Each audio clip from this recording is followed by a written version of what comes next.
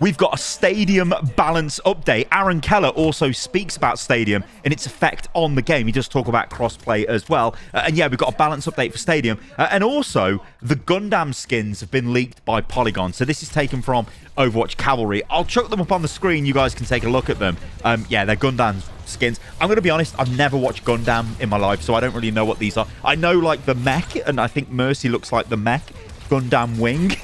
You guys just destroy me in the comments because honestly I don't know, but yeah, they look cool, they look pretty good. But yeah, these are coming fairly soon. It's another collaborative event, but this video is about Stadium because this mode, holy hell, I've just come off the back of playing a couple of games of this and it's so much fun. I've been playing Zarya and I've been taking Zarya down a more tanky kind of path. And I'm really enjoying it. It's really fun. Yeah, there's been games where the enemy team have just left. There's been games where we've absolutely steamrolled the enemy. There's been games where we've been steamrolled. And so the question is, what the hell are the devs going to do with this? Well, they've got this sort of mini dev update or director's take from Aaron. And he does say there's going to be a more comprehensive one coming in the future. And also, there is a balance update for this mode already. So they're already dropping updates literally a week after the launch of this mode. So we're going to start with this dev update, the director's take, because there's a lot of info here. So let's just break it all down. So Aaron does his usual introduction and he says, I'm also working on a bigger update for you guys on this and a roadmap, which I think will be really cool.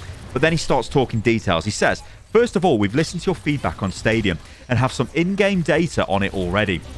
Here's what we've seen and heard. Lack of cross-play support, high lever rate, performance on older systems, certain heroes and builds are frustrating. I'll break these down a bit below. Crossplay.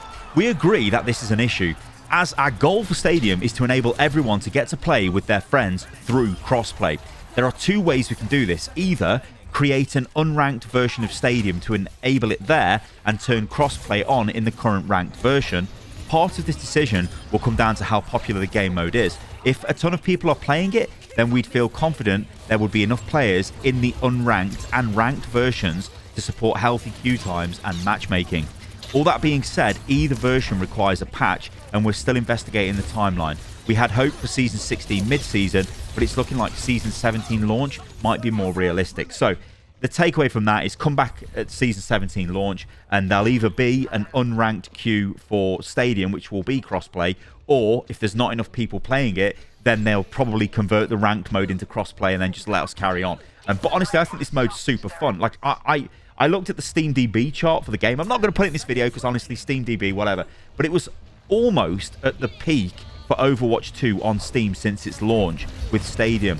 So I'm pretty sure that's people coming back to check it out. People like me coming back and thinking, okay, what's going on with this game mode? Finally, a new way to play Overwatch 2 and not just the same old gameplay.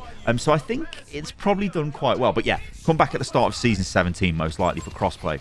Levers. There are levers in Stadium, that's true. But it's not at a rate higher than in ranked. At least that is what we're seeing from in-game data so far. Now, this next bit's really cool because it actually gives us stats. Our lever rate right now for Stadium is currently sitting at 7% of games have a lever, which is just under the lever rate for competitive. But we are aware that the perception is different from what our data says, and we're investigating why this is so.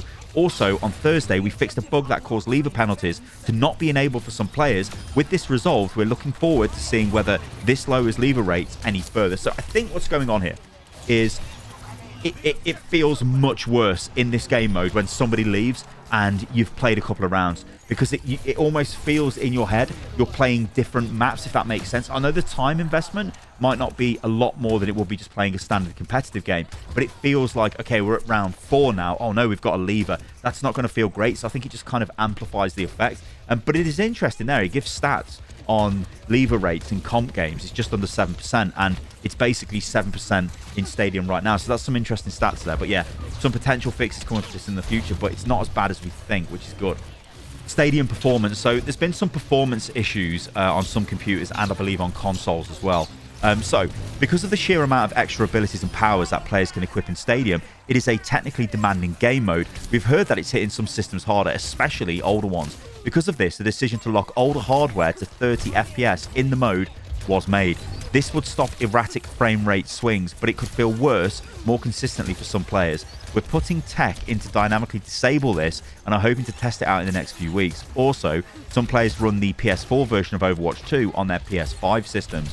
Running the game this way would cause the FPS lock on a very capable system. We're looking into a fix for this as well.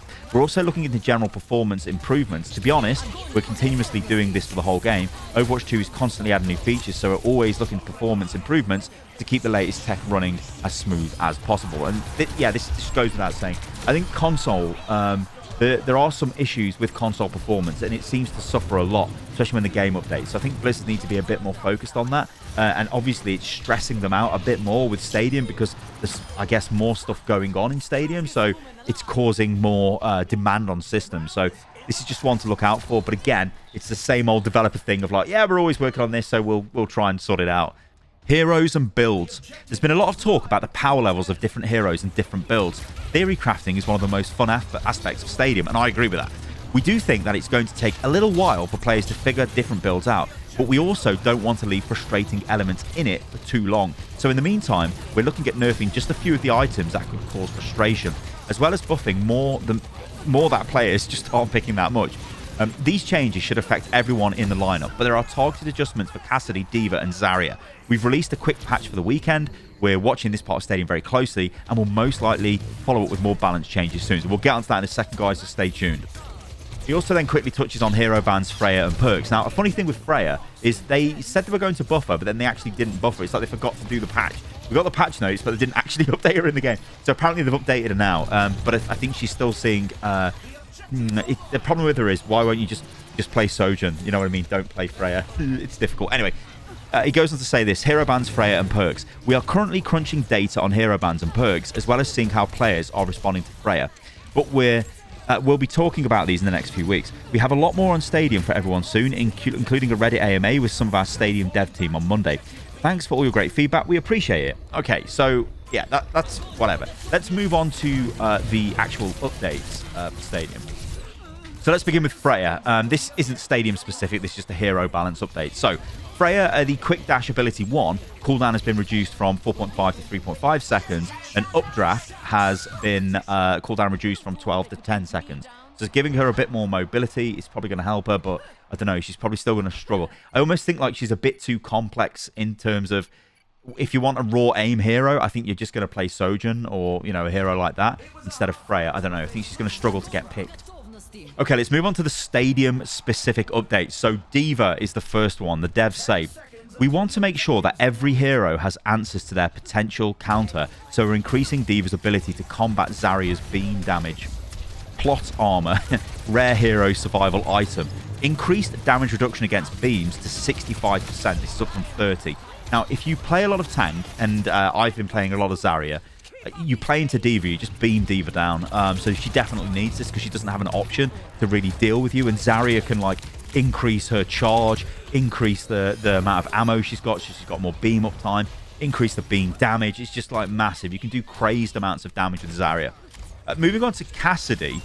Developer comments are, every hero generates Stadium cash from dealing damage and healing at a rate unique to them, which we've monitored carefully, or we're monitoring carefully. We think that set the rate of Cassidy's earnings too high, and he's earning a bit too much Stadium cash, allowing him to consistently get MVPs and buy late game items early on. So what they've done is reduce the amount of Stadium cash Cassidy gains from dealing damage and healing to 40%. This is down from 50%.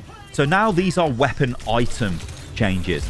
So we get hero specific changes for Stadium, and then we get item changes. So we're going to begin with this. Salvaged slugs. This is an epic weapon item. Increase ammo restoration chance to 50%. This is up from 40%. Increase damage to barriers to 30%. This is up from 25%. And the dev comments are, Reinhardt and Zarya have been performing well so far. We're increasing the power of this item to help players combat their powerful barriers. Volskaya Ordnance. This is an epic weapon item. Increase the weapon damage per 100 max life to 5%. This is up from 3%. Increase the extra weapon damage capacity to 20%. This is up from 15%. The dev comments are, we've observed that sometimes tanks can be a bit too, well, tanky.